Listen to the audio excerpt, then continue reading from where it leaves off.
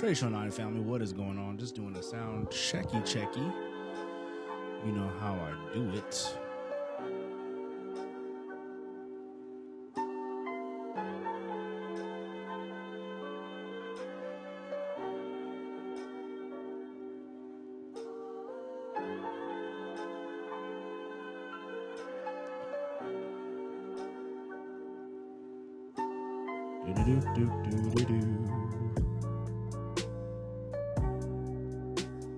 Today we're talking about stop doubting.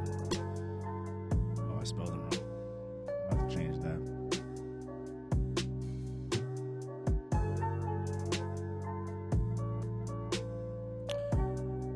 We'll make these edits later.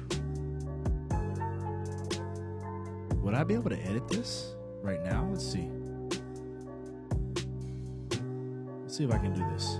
Welcome to the podcast. I am extremely sleepy, and I have actually work to do. So I'm going to work on some work. We'll get it cracking. We'll talk about what we're going to talk about and go from there. I don't have any headphones. Just realized that. So I don't know. Oh. All right, I got sound. I got vocals. I hear them.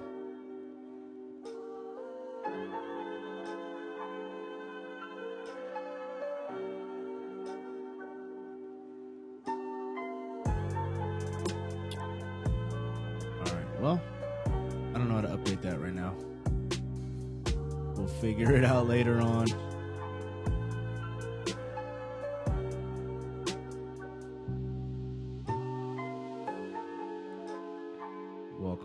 Welcome, everybody.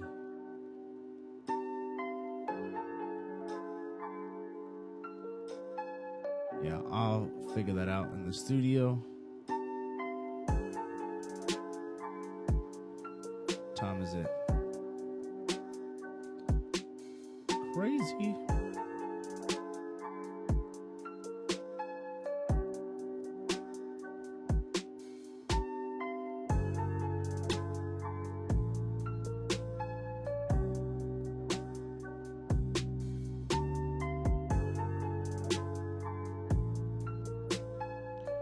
It's been a good weekend. It was a productive weekend for Trey Show 9 and for the family. Actually, Saturday we didn't do anything. The kids didn't do anything. I didn't do anything with the kids. What did we do? I had a couple calls, which I did. I have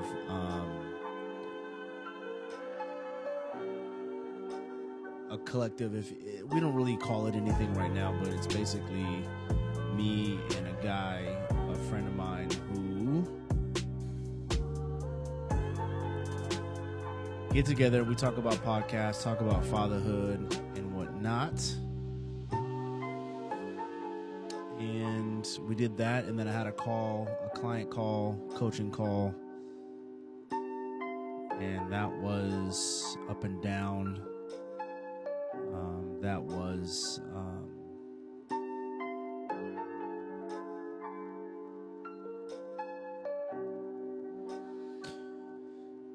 yeah, it is what it is. We did. I used to, when I first started coaching, I would get upset because I would think that, or I would think in the early stages of the call and of coaching, I would think to myself, this person is not progressing. They're not changing. And I had to realize that takes time and not to get mad. It's funny, you can go and get your degree in this and go through the training and all this other stuff. But if you don't I remember my professor, he said this, if you don't put your biases aside, you're going to fail. Because if your biases are still there, you're still thinking that you're in control and you're in charge, you're still thinking that you and your abilities are going to change this person, and that's none of that is proper. What would be more accurate is to say that you are facilitating and helping them find out within themselves something that they need, whatever that is.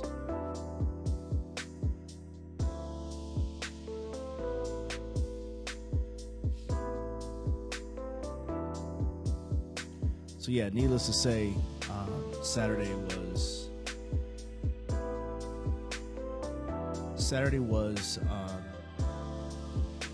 just one of those days where I was like, well, here's the deal.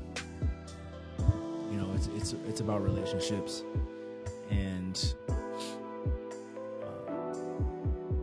it's a girl, and this girl, she basically, her boyfriend had broken up with her. They've been together for 9 months total. But within that 9 months, I think they have broken up 6 times. And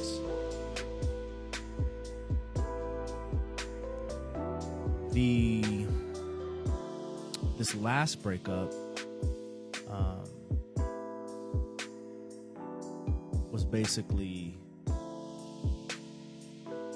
think, the last straw for the guy. And so he just didn't want to deal with the issues that were going on, and he didn't want to feel the way he felt. It was bringing up stuff in him that he hadn't dealt with either, and so there's a lot of that going on. But it's funny when you deal with people that don't necessarily have so much. There's a lot of trauma, I guess, in there, and I know that trauma can affect your relationships if it goes unchecked, and if it goes undealt with. I don't know too much about trauma because I think that there's so much involved with it.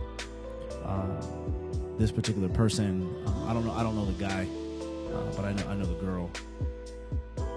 So when you're dealing with people that have that trauma, it's really hard to have, I guess, whatever a normal relationship is, right? A proper normal relationship. One person is going to blame, and it's classic, man. It's classic. So like I can bring up something like, well, yeah, it sounds like he is dealing with trauma and dealing with some family issues, and this person will go, yeah, I think I said the same thing too. I said, whoa, we're not talking about them. We're talking about you. I'm just saying that that's what you're seeing, but we're not here to fix him. He's not even here. Like, if he was here, then we can talk about him, but he's not here, so we're not going to talk about him. We're only going to talk about you.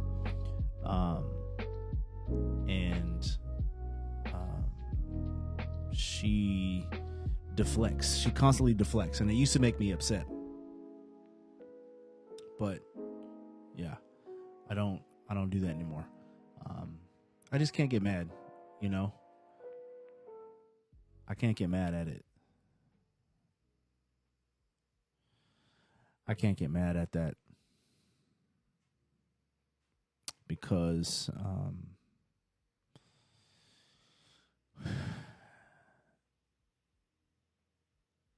yeah, I just don't get mad. I don't even know why. It doesn't really matter. But I just know that it doesn't work. Getting upset doesn't work.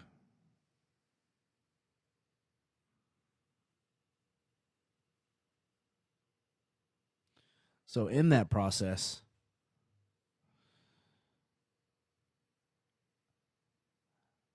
it just got me thinking. And so with Tracial 9, and these Monday podcasts and these live podcasts that I do on Monday, there is no necessarily set script. There is no set topic. So much could happen on these podcasts. Uh, I could be working, I can be studying, I can be teaching, and it just, the list goes on and on and on and on and on. And so today I was trying to see, maybe where do I want to go with this? And what resonates right now is stop doubting your gift, or misspelled for you. Stop doubting you gifts and talents, right? You got to say it with an accent. You got to play with it a little bit. You know what I mean? Don't be so serious. And then I just want to make sure people are paying attention. You know what I'm saying? Because I know there's people out there right now that are just like, oh, you know what? Look at him. He can't even spell. And so stop doubting your gift and talent. It's a focus of mine. So my focus is it's focused on growth. I am focused on growth, a consistent growth, a continuous growth. And I just find that to be something that is nourishing to me. It probably stems from not having my biological parents involved in my life. I'm not really sure where it comes from. It's just who I am.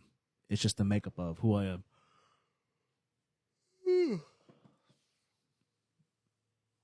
Yeah, it's one of those Mondays, man. It's just one of those Mondays. And so because of this makeup of who I am, I always want to continuously grow, constantly grow. Grow. Lots and lots of growth, okay? Lots of personal growth. Mindset is huge. And the power of the tongue, and how we perceive ourselves and what we say about ourselves and what we've said about our dreams that we have, or dreams that we've had before in the past.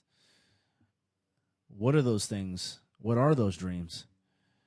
And in my practice, in my coaching practice, and with my Tracial 9, just what we want to do here in the family, in the community,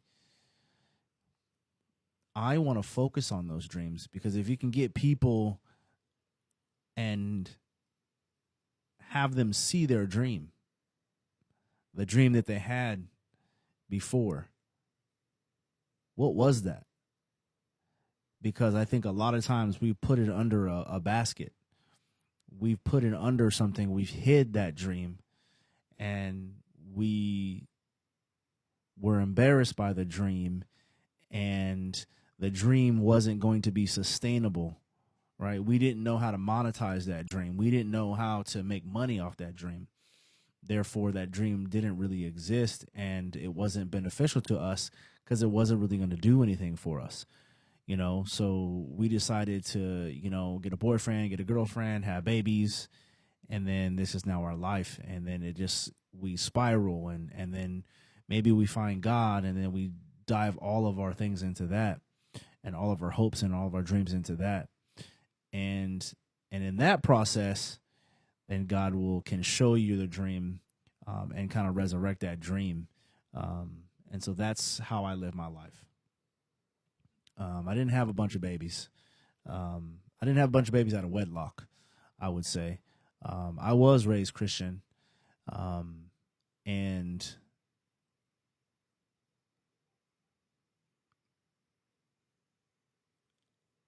I don't know if that actually was the thing that got me not to have babies out of wedlock. I think I was bent as the leader, as I was trained to be a leader. I was trained to be the headship of the family under God. That's how I was trained. And so I wanted to do that. And I also didn't want to be in a position where I would leave my children. That was just something, because I know I hated it. I don't know. I see other children, and I see friends that I've known, and other family members and whatnot, and they seem to handle it pretty good. I did not. I hated every last bit of not having my biological parents together and in my life. It, yeah, I just didn't like it. You know, everyone's like, man, my mom did the best she could and she's amazing, this, and that. And my mom is amazing and she did the best that she could. My auntie who raised me, but then it was really challenging for me to really engage with my biological mom. Um, yeah, man, it was crazy. It's crazy, man. It was crazy because it's always drama. You dig? Like when people are in trauma, if they're traumatized, they're dramatized too. They got drama, dog. It's just she's nothing but drama. So it's like I hate drama, and then I look at trauma so differently. Um, and the way I look at it is, how do I get rid of it? You know what I'm saying? It's a fear of mine. How do I shoot? Like it's like catching a piece of turd or catching a poop in your hand. It's like, how do I get rid of this? Versus most people like to play with it. You know what I mean? And you can see them doing it. And it's like, why are you playing with your trauma and your drama? And you know, there's so many different things like, well, it's there for them. That's their thorn in their side now. And it's like, my goodness. I don't know, man. Maybe I just need to learn more about trauma. Um, Everybody else's trauma. Like for me, the way I deal with trauma is usually is this. This is part of it.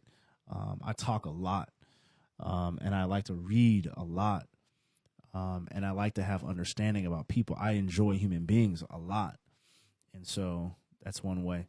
Um, let's move along here because that was just a huge ramble, and I do that. I'll ramble till I get it straight. I'm missing something here. I am missing something here. And my light looks like it's about to fall over. My goodness gracious. But let's jump into it. How do you want to deal with your gifts and talent? Well, I did a video yesterday about being creative and having being a father and or maybe being a mom or being a creative when you are busy, right? There's so many people out there. I can tell, man. I can tell. It's like, oh man, I used to do this and I do this and that, and then they have a kid and then they stop doing this and doing what they love, and they lose that passion. They lose that desire. Um, and I say, just go with it, man. Run with that. Just do it. Find out how you can and how you can do it, and then just do that.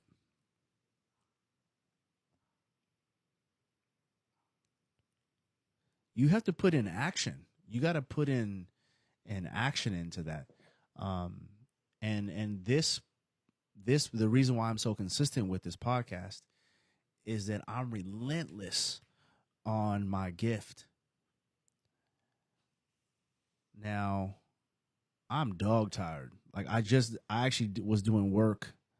I was actually so I came home, ate dinner.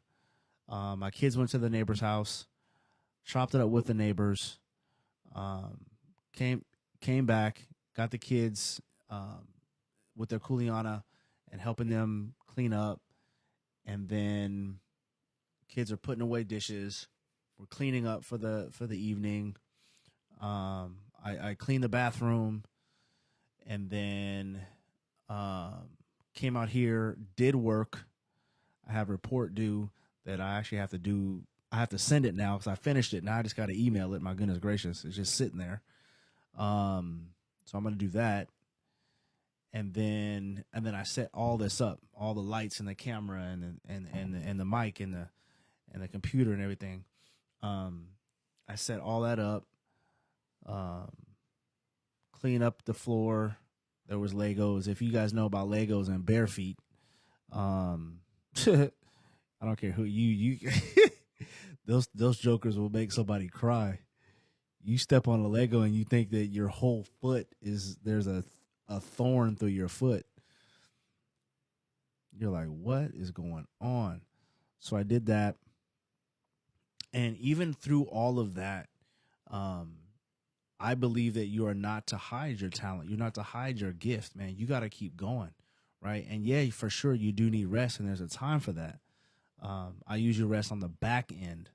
So Friday, Saturday, Thursday, Friday, Saturday, and Sunday, maybe. All depends on. Saturday, I did not rest. I stayed up till 1 o'clock in the morning, watched a movie. Pretty dope. I haven't done that in a while. So I did that. But I curated a playlist for Trey Show 9. It's a concept playlist that I did. And as a DJ, I'm always thinking about different concepts. And one of the things that I decided to do and create was a playlist based upon one of my favorite bands, one of my favorite groups that I absolutely I'm a fanboy. I went to their show. Did I go to their concert? What concert did I go to with they? I guess I did back in the day. I went to a Jodeci concert.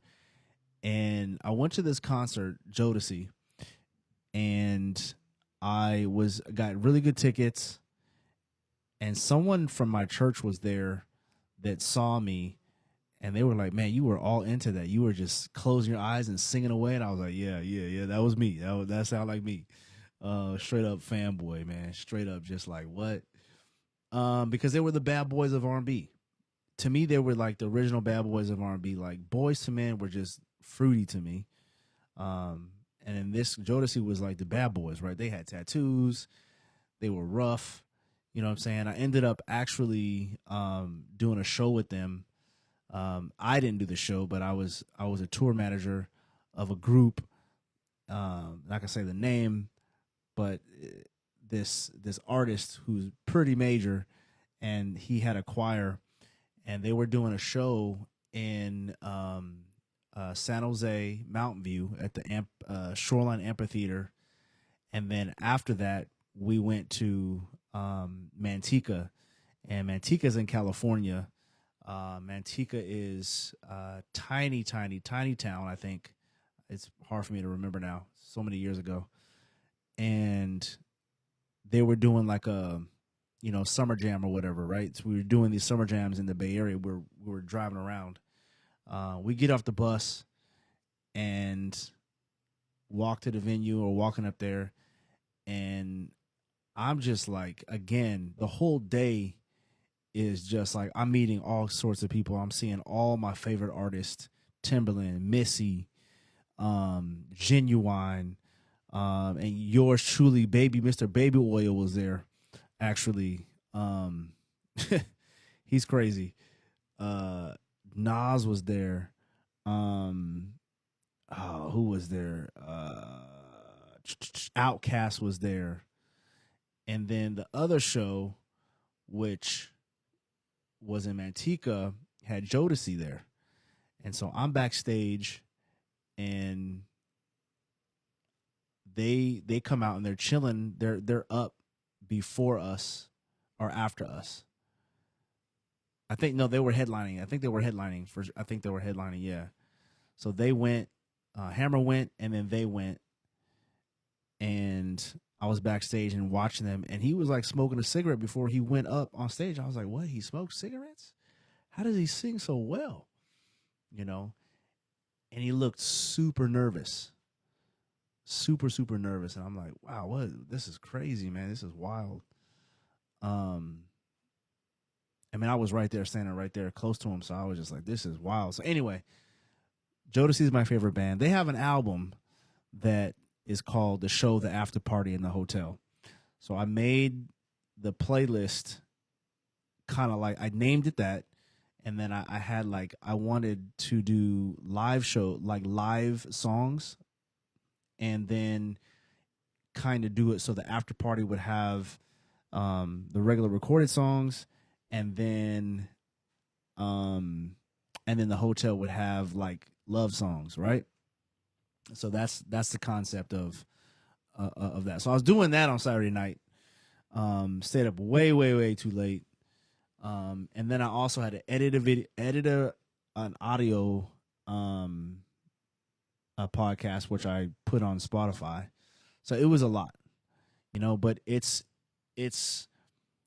this work that you put in right now. And even talking with a friend, like, oh, but it's so much work. It's so much work. There's a content creators that I know here, that are pretty successful, actually. They're like, it's so much work and so much work.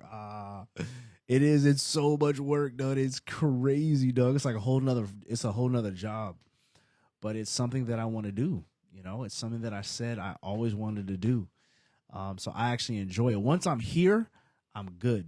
I'm good. It doesn't matter. Like, yeah, I'm dog tired, but I'm here, and that is me. That's how I want to deal with my gifts. I want to actually use my gift, right? And then I come into play with stretching myself too thin, right? So I got to manage that. You got to like have a balance. You dig? You got to have a balance. You have to put you have to put yourself in a situation where you are going to be able to do a little bit every single day, just a little bit every day, right? Just a little bit. You do just a little bit, working on your gift, just a little bit, right? And there's a story in the Bible about a master leaving and going on a trip, and then leaving his talents, which was pieces of coins, of pieces of money, to his slaves, to his servants, and how they interacted with that. And so you have one guy one slave or one servant who only had one, and he put his under the basket. And then you have one that had, the second one had 5, and then he doubled that to 10. And then I think 10 made 20 or something like that. I'm not quite sure how that verse goes. And so you have this, and then when he comes back, he's like, good for you multiplying. The one that had 5 and the one that had 10, you guys multiply it, right? You made the servant, you made the master rich. You made him more money than he had when he left. So he left with this amount of money, and then he gave you some to be a steward of. And then these 2 of the servants did really well. One servant, the one with the 1 talent or the 1 piece of coin or gold or whatever it was, didn't do anything with it. He hid it. And it goes to show that, why are you hiding your talent, right? So we don't want to hide our talent. We want to multiply our talent. We want to show our master, which is God, how we made this grow, right? And so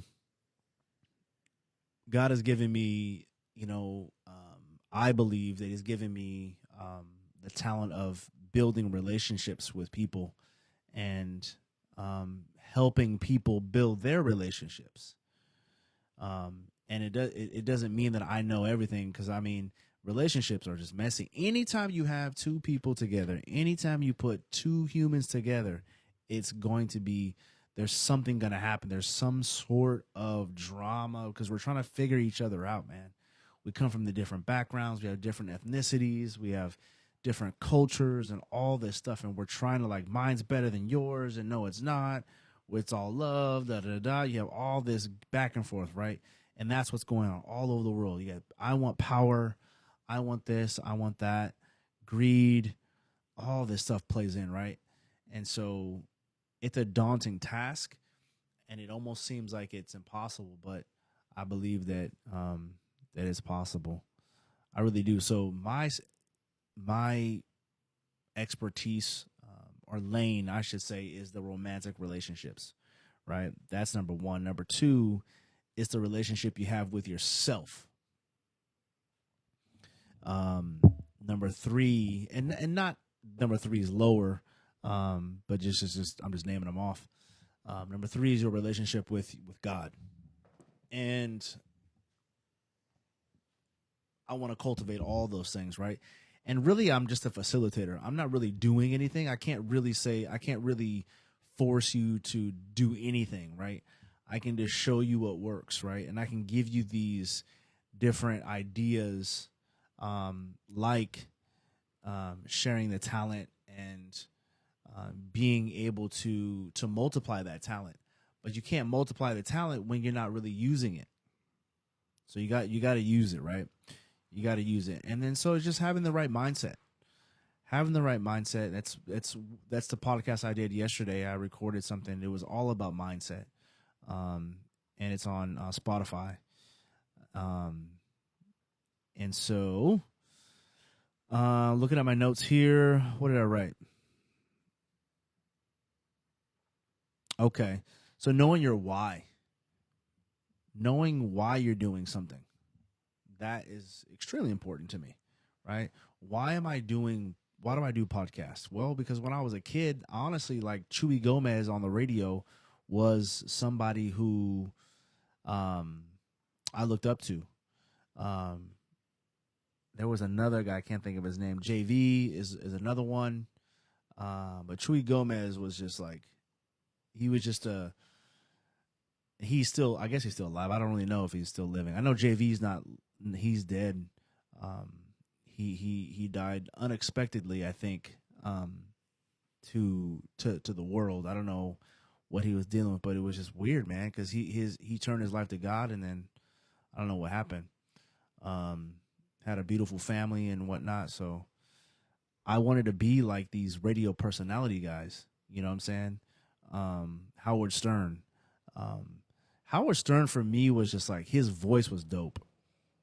Howard Stern's voice is just dope, and just the way he interviewed was just cool. Larry King is another one. Larry King for me was how interesting it is to see him interview people, and then to show then him now. You see him now. I don't know if he's alive, but I mean now, like more recent. He does his own podcast, or had his own podcast, or has his own podcast. And someone asked him a question: why did you want to do all that? Like, why did you enjoy doing and interviewing the people that you want to interview? And he's like, that's how I learn. He's like, that's how I learn. So it's like, I've known people. I've interviewed everybody. You know, I've interviewed the most interesting people that I can even think of. He's one of the guys I interviewed was, what was it? He was dealing with cars, and he says, don't buy a car that was manufactured or assembled on a Friday. I just don't do it. Don't buy that car, because people are trying to rush out. They're trying to hurry up. And this is back in the day, right? They're trying to just get out of there. And so they may cut corners. You want them fresh on Monday and Tuesday and Wednesday. You want them fresh after a 2-day, rest, hopefully a rest, time. They can come back to their job and their craft and do it amazingly. And so that was his why. And so looking at that's the same thing that why I want to do something, right? It's just like, it's so interesting. You meet so many different people, and I've always wanted to do that. I've always wanted to be on radio, and I noticed that so it gets challenging when you're married and have kids, because you get locked into that, right? You get locked into doing that. And so when you're single, obviously, like, you're out there more and you can do more. You're more mobile, right? And there's nothing bad about any of those things. It's just different, right? The opportunities are just different. And with what's going on right now with live streaming, you can have your radio show. You can have you don't even need radio, right? You don't need any of that stuff. Right now, obviously, like when it's syndicated and it's big, like, a Howard Stern show or something like that, or even that one guy, what's that one dude? I'm tripping. I can't think of his name. Sway. I'm tripping. Sway, yeah, because he was on Cameo too. There was a Sway and Tech, I think it was. Um, I think it was Sway and Tech. And again, he's another one, man. That guy, I was like, bruh, bruh, bruh, bruh, bruh, bruh. Like, I really enjoyed his just the way he made you feel like it wasn't a radio show. He made you feel like he's so normal. He's it's over the edge normal. He was still is. Like he doesn't get caught up in anything. Like he just has, I don't know, man. It's crazy. I can't even explain it, but there was you felt like you were just talking to your cousin or your uncle, or a friend. Like it never seemed like it was just far off thing. And I think that's what made radio personality amazing. And so with this technology, you have, you can do radio. Like it doesn't take much. Like I'm literally it's free. I'm on a free program that has all these different broadcasting things that you can do. And I'm like tapping into my phone. My phone is connected to this, and then I can do music on the phone, and then I can have my DJ thing. I wonder if I can do that right now. I'm sorry, I'm over here just like total like squirrel. Let me see if I can do that. This might bust the whole thing. I don't know. Let me see if I can DJ and do this at the same time.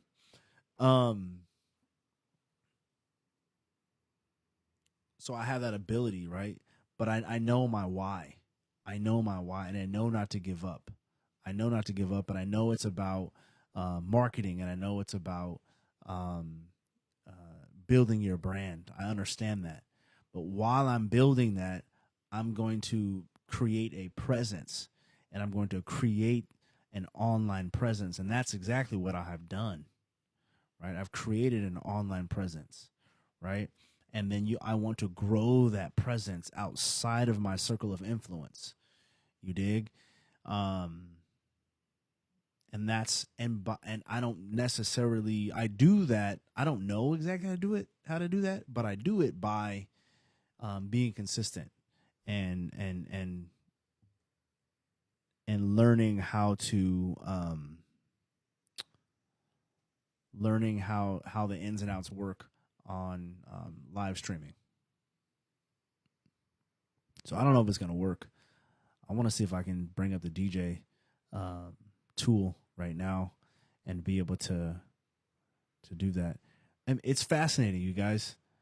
I honestly just I live it my own life. I'm like, dude, I am somebody who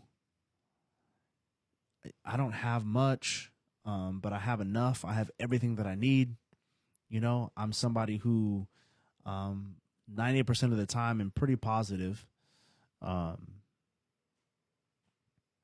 I used to know people that were like, Mark, you're a fake. There's no way you can be this positive. There's just no way. I have friends too that will get online and they're so positive, man. And then you'll see people rip them, and I'm like, I actually know this guy in real life. He is that way, dude. He is that way for real, dude. You dig? Like, I know this guy. And then you have someone who doesn't know, and they're just like, oh, you can't be that positive, this, and that. And they're dealing with some stuff in their life. That's really what it is.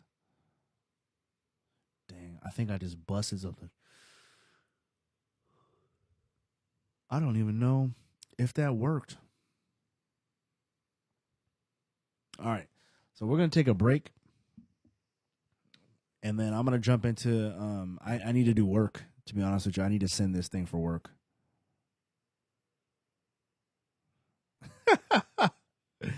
Yes, sir.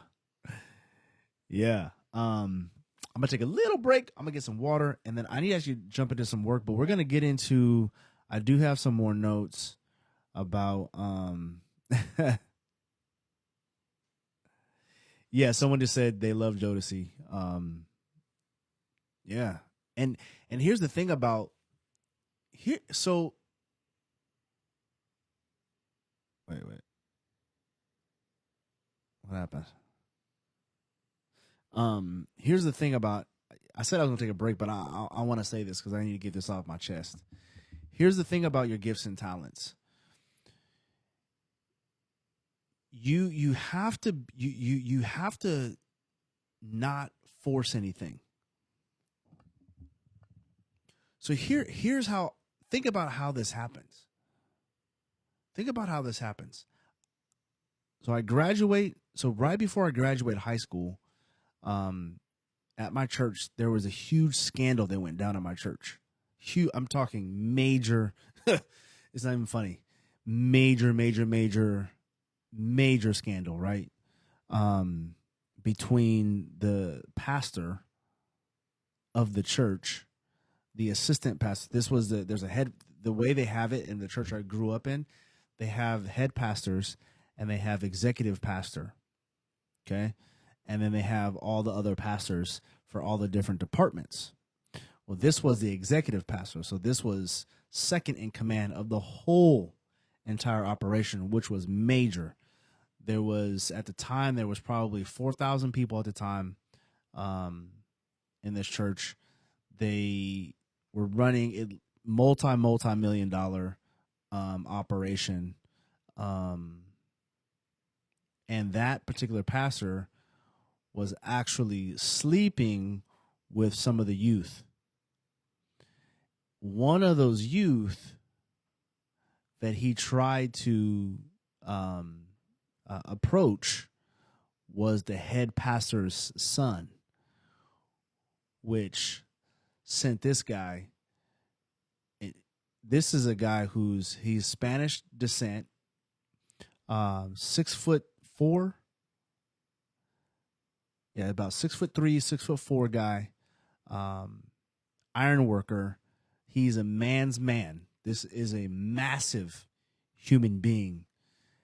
And I just remember going, you mess with his son, they're like, he's going to kill you, dog. Like, I don't, you know what I'm saying? Like, I don't care what he's reading in the Bible. Like, that's his son. You're a goner. You're a goner. You're done. Your life is over. Right. And so obviously he didn't succeed, but just the fact that he even attempted to do something like set him off. And so long story short, my uncle was the assistant, the executive assistant to the pastor. So the pastor has a kind of like a Farnsworth Bentley or whatever his name is, like a butler, like a servant. You know what I mean? They have like I don't know what you call them. I have no idea what you call him. He didn't really have a title, but this was my uncle, and he would teach me how to serve, how to be a servant, right? How to be a servant as Christ was a servant. So he was my teacher. He was my mentor. And then I had another mentor, Mark Cannoli, which is Ron Cannoli's brother, which also I ended up working for as well. And I'm trying to make this long story short. So fast forward, I have all this, and then I have the youth pastors at the time. They were my friends. They had to leave, though, when this all went down. Oh, dang, I think my computer just went. Oh, no. It just shut down? No? Okay. All right. When this all went down, everyone that was involved or should have been involved or should have said something or this and that, they got fired. Done. Fired. So I was left. And they said, well, we need a youth leader. We're going to bring in someone from Australia. We want you to work with him, and he's going to be your mentor. So I said, all right. So he came in from Australia. His name was Mark Zunderkoff or something like that. He came in and basically did that, mentored me, and I was basically doing a lot of the legwork in the youth group. I mean, I've done it all, man. I've done it all. And at this point in time, the church grew. The church was massive, and we were dealing with like 300, 400 youth, and with 2 services on a Sunday, a service on a Friday, Bible studies on Wednesdays, choir, band, drama club. I was in charge of all that. And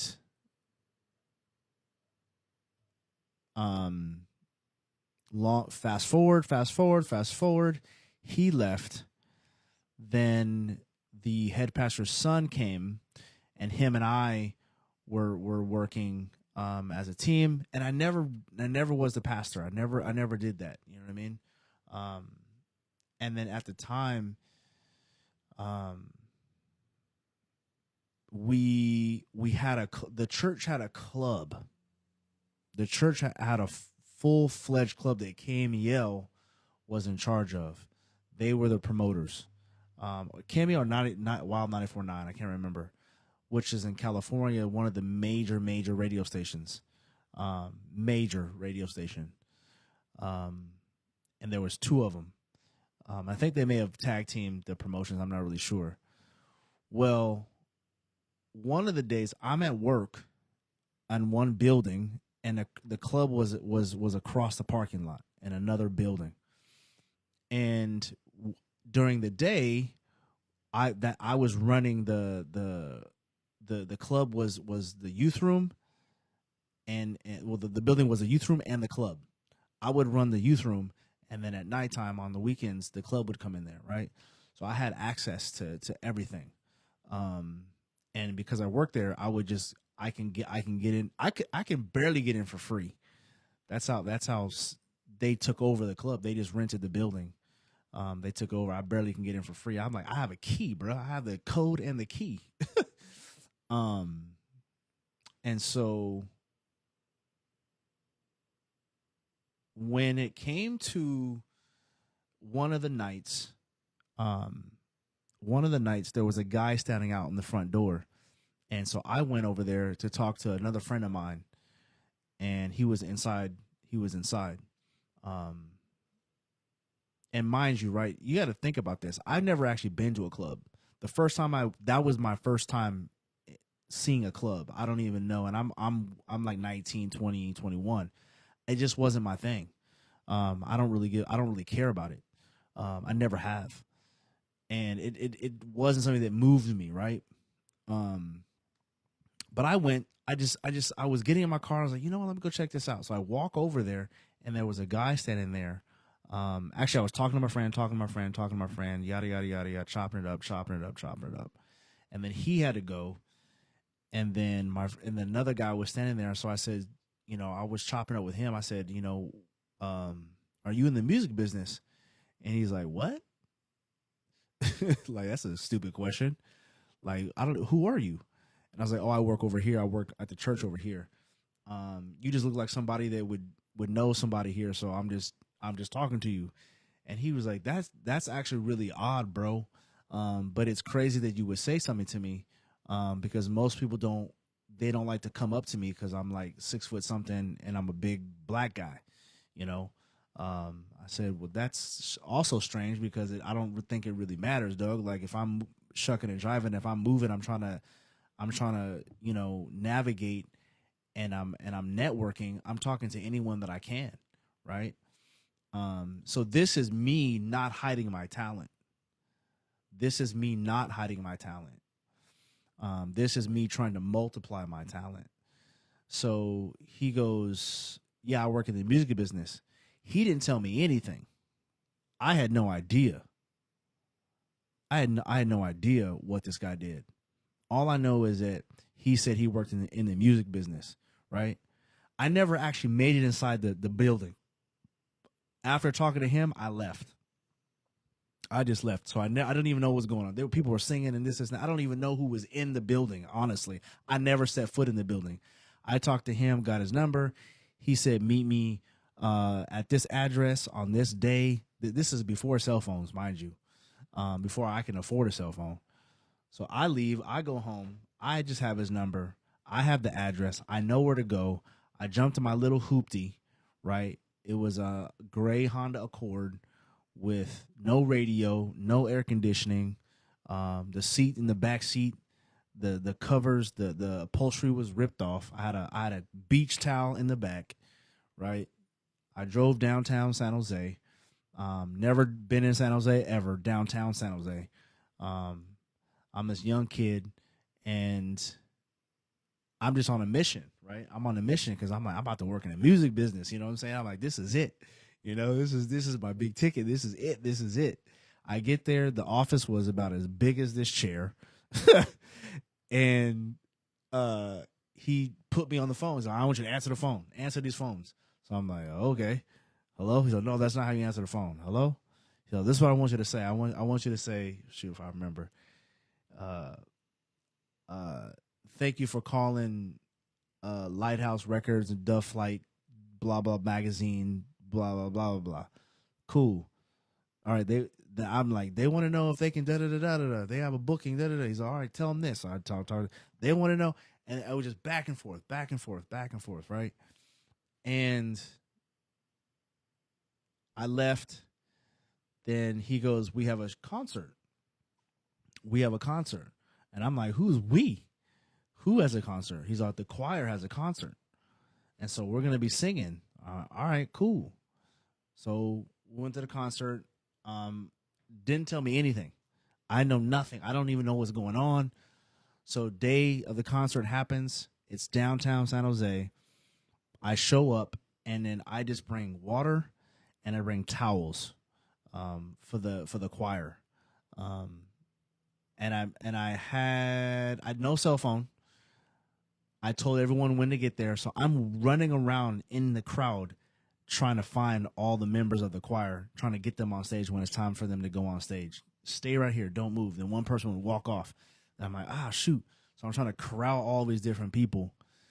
And they go, they perform. It's amazing. I still don't even know really what's going on. I know that this choir is here. I know that two of the singers sang with MC Hammer. And that's all I knew. Barely knew that. And so that happens. And in the process of us working out of this small unit, we did a bunch of stuff. We did all kinds of different things, right? I met a bunch of different people, this and that, yada, yada, yada. It was crazy, right? In the process of that, we moved our tiny little office, as big as this chair office, to a big studio. So we moved to the studio. We would be there. I would be there every night, pretty much all day long. When I was not at work, I was at the studio. I would sleep at the studio. He taught me the board. I already knew the board because I work with the Cannolis, and the Cannolis taught me the soundboard. So then I knew the soundboard. So like he was like, I want you to do this and do that, yada, yada, yada, blah, blah, blah, blah. I would set mics up, do all this stuff, yada, yada, yada. So one day I'm asleep on the bench. It's a late night session. We had just finished. And MC Hammer walks in. And I'm just like, what the heck? What? This is MC Hammer.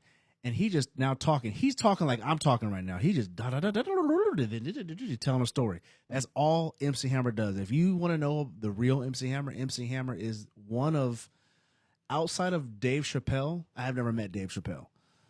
But I would say, I mean, there's a lot of good storytellers now, but he is one of the best storytellers that I've ever met in my entire life. Straight up. And as long as I was with him, I was always learning how to tell a story. Because he can tell a good one. Dave Chappelle is also good, but this guy, MC Hammer, was one of the best. He is, yeah. Anyway, so he's there. So I'm like, I'm tired and I want to go home. But I'm like, I am not going home now because I'm trying to kick it with MC Hammer. So we were all there. And what they were talking about was a tour. That's all I know. We're talking about a tour. Then we went out to eat. Mind you, it's like 3, 4 o'clock in the morning. And I'm like, do these people sleep? I don't know if they sleep. So the two girls that were in the choir that sang in the choir, they were his singers on his albums. The choir were his backup singers. Didn't even know that until that day. I'm sitting here at Denny's in this long table with all these different people and MC Hammer, and all he's doing is telling stories. He told stories. I know stories about that never been spoken about Tupac that he was talking about. So many different stories, right? So that's how I met MC Hammer, and that's how I met Jodeci when we were on tour, and we did a show that happened to have Jodeci in the show. And I think back, I love that story because I get emotional, to be honest with you, because it was God moving through me, because I didn't hide my talent. I didn't put it under a basket and hide it. I tried to multiply that thing somehow.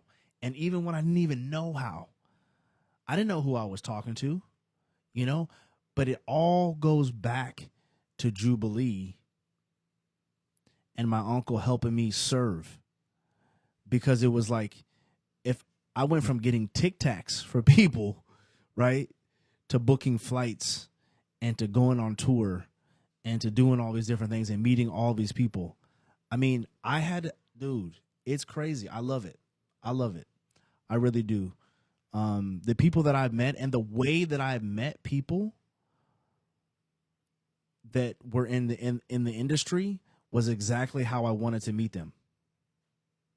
So really, this discussion is really about how to have faith. And I my faith was delusional. It still is delusional, because I believe what I say. I actually believe it. It's crazy. It's crazy because it's like, man, did I actually do this? It was weird, that I would do this. I would bring my cousin along with me sometimes, because I'm like, dude, you got to be my witness, bro. No one's ever going to believe this. I don't even know how I got here. Mark actually was there. He actually did this stuff, And then I had my friend with me too. So we were all in the crew. He did a lot more traveling than I did. They did a lot more traveling. I didn't do that much traveling. I did a little bit, but not too much. I went on a few trips. But I made sure that I was at the Summer Jam KMEL trip, because I got to meet Genuine, which was so dope. Genuine, let me tell you right now. Let me just break this down for you right now. Genuine is not the reason why he's not like, you don't see like, how come he wasn't in all the drama and this and that. He's literally a regular guy. He's a regular guy who sings well and dances well. That's it. He didn't give two shits about being famous. You know what I mean? Like me and him were just chilling in the back backstage, just walking around talking. He was talking to girls and this and that, yada yada yada, just talking. Like he wasn't. Nas, on the other hand, Nas was like, he was hidden. Puffy was like hidden. They hide those types of artists backstage where you can't even talk to them. But Timberland, Missy, Genuine, Outkast is another one. They're just regular guys. They're just regular people chilling. Like, we're just chilling, just like this. We're just chilling, like eating. I don't even know. Like, you like your show with your coworker. That's what it was like. It was just like that. You know what I'm saying? Digital Underground, like all these different people, right? And so I say all that to say, really, this talk is like having delusional faith and speaking those things as if though they are. but they're actually not just yet, but you're speaking those things into existence. So you're multiplying your gift. You're taking your gift and you're using the gift. You have to use it, right? And this goes for anyone, and this goes for everyone, and anyone and everyone can do this. Anyone can do this. Anyone can do this. Anyone. So when I say stuff like, I'm going to have a live streaming and I have a Rodecaster, right? I have this laptop and all these different things. I had to speak these things first into existence. And then I had to go find the money and then work for it and then pay for it. But the relationships that I'm learning, the relationships that I'm involved with, even on this island, even the fact that I'm even here is a miracle. Because I honestly, wholeheartedly, in my delusional faith, I honestly believe that I am supposed to. I feel like I actually already lived here for all my entire. I almost think, I don't really believe this. Maybe I do. I don't know. That I was here in another lifetime. Because it just vibes with me. It just vibes with me. And I'm meeting some amazing people, and I'm also meeting not so amazing people. So yeah, that's how I met Jodeci. And it really all started with, I got to go back. I got to shout out to my auntie Renita. So my aunt Renita actually lives in Fremont. She lives in Union City, actually, and she worked at a gym, at a fitness gym, and she goes, "Hey, Mark, MC Hammer, he attends this gym," and I, with my delusional faith, was telling the girls at the counter. Here I am, only like I was only like 15 or 16. This is my first job ever. I was telling the girls, like, yeah, I'm going to work for MC Hammer. You know what I'm saying? Like stupid, just being completely stupid at 15 and 14. And then boom. Then I go, hey, auntie, can you take me to his house? This is what I told her. I have a photo of it. She may even still have the photo.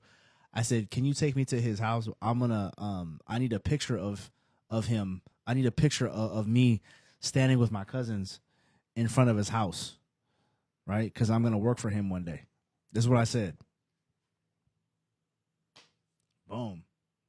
And I say that because I tell that story and all my stories. Same thing moving here. I was on a podcast and I said, you know what? We're going to start Tracial 9. We're going to build Tracial 9 in Hawaii. Boom. Here. The pandemic came. We had some money. We spent all of that money, every last penny of it. Every last penny of that money went to move here. Plane tickets and shipping the car and all this stuff. We put every single penny into getting here. And the day that my family came, we didn't have no money. It's zero money. We had zero money. And we had zero things in the house. I had just had a bed for my kids. Man, I get choked up. I had a bed for my kids and I had a bed for my wife and I. So I just had a bed for my family. That's it. That's all that we had. No couch, no TV, no nothing, no silverware, nothing.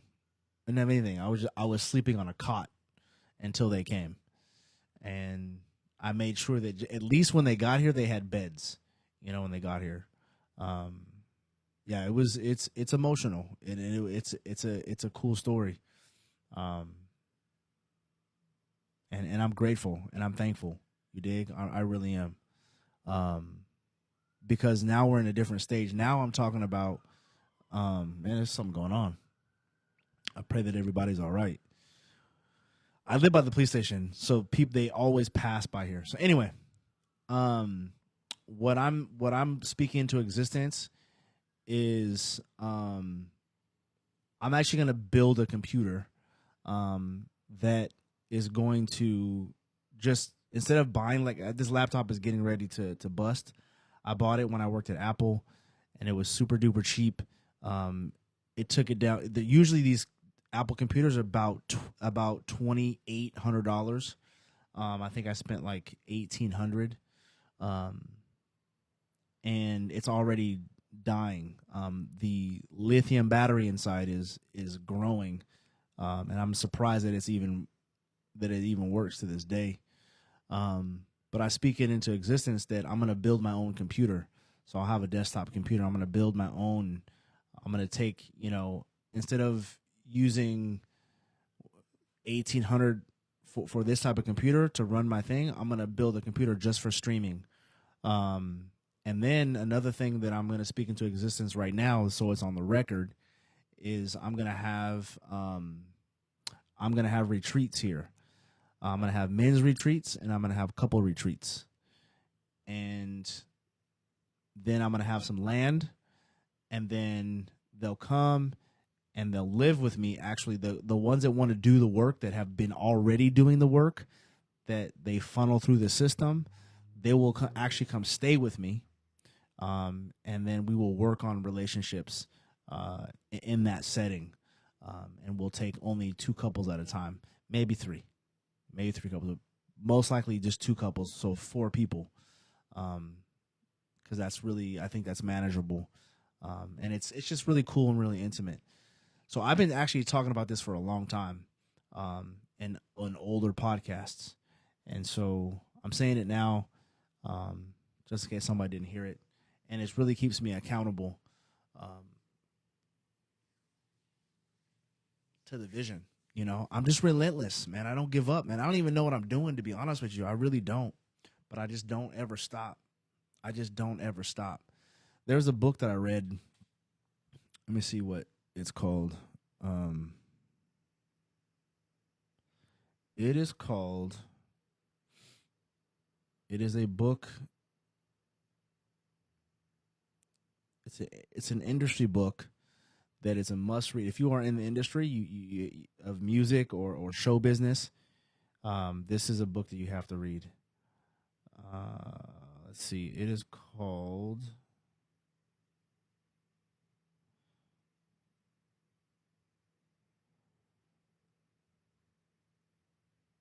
What is it called? Never Give Up? No.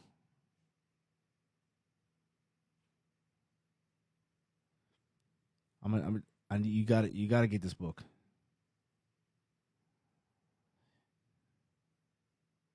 Where is it? I just look at the picture and I'm like, oh, okay, that's a picture of it. I got to find the photo.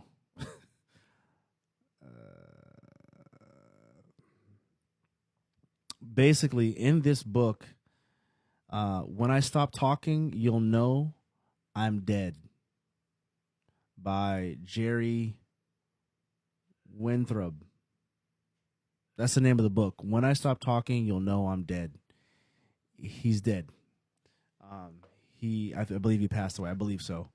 But in his book, he tells a story in the book that this is the guy who's responsible for Ocean's 11 and the series of Ocean's 11.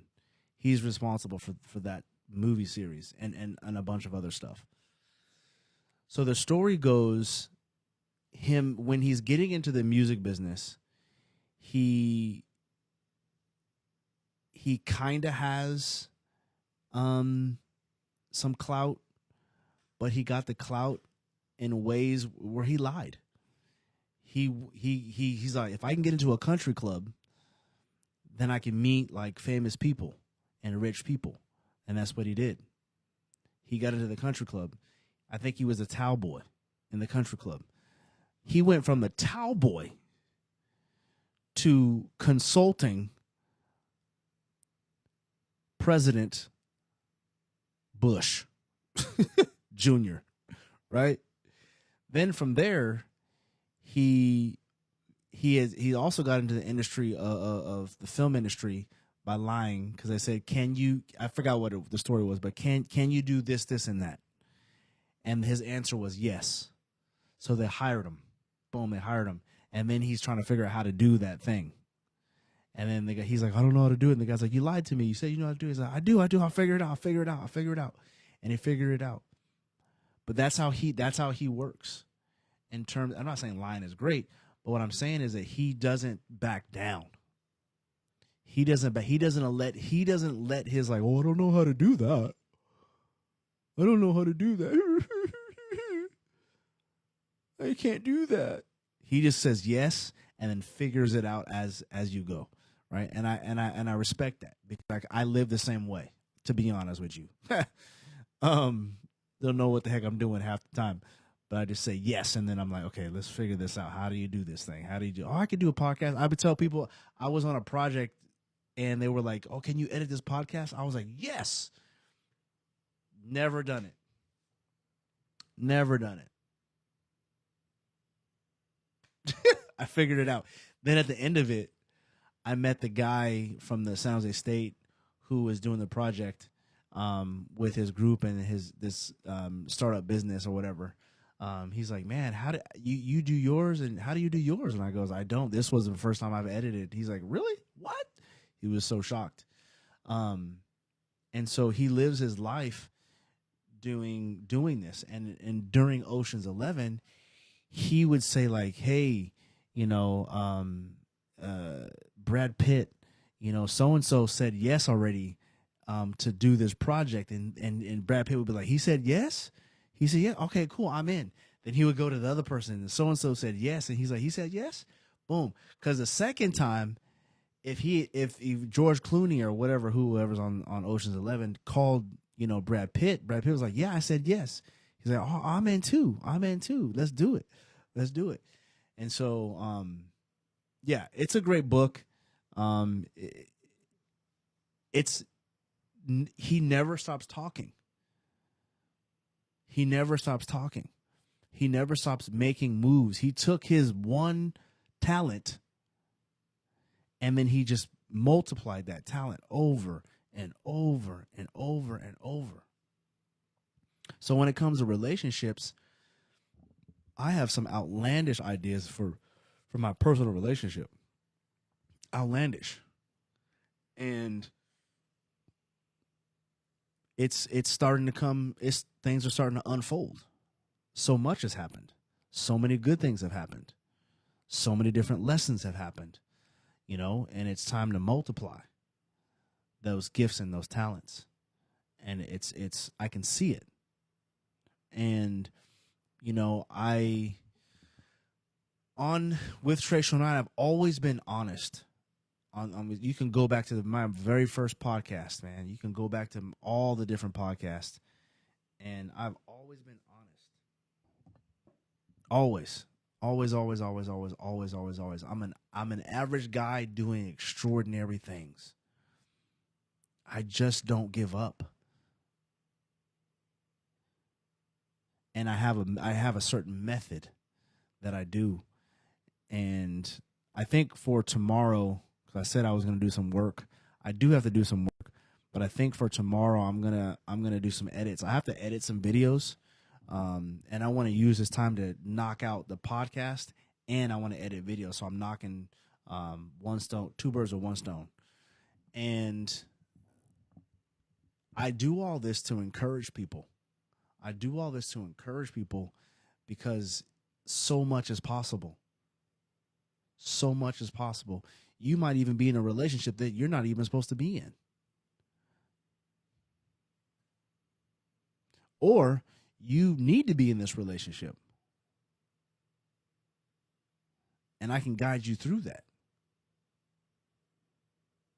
And so there's a lot of things that are going on behind the scenes. And there's a lot of things that are going on that you need to know about. And I just want to be here to let people know what's going on.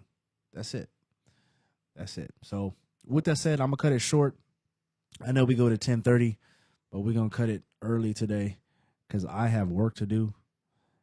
And I'm going to be up still. I'm not going to sleep.